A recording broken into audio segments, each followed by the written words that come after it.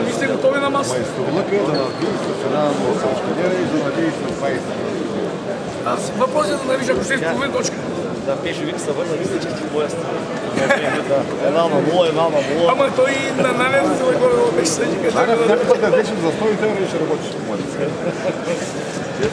Чат пак 2 точки взимаш, Сашо. Беше много... Той Аз Сашо по-взема обаче от тебе. Някакъв път. Направи да се знам. Също е малко. Къде беше моята? Още да среща и се заминавам. Коя беше моята патка?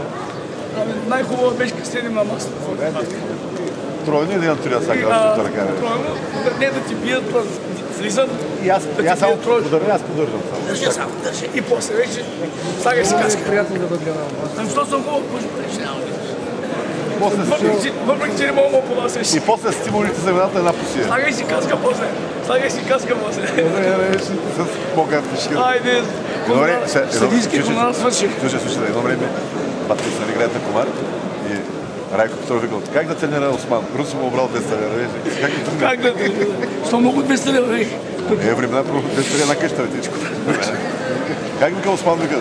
Бай Осман Дурев, как вика тренира? Русо вика, он е научил.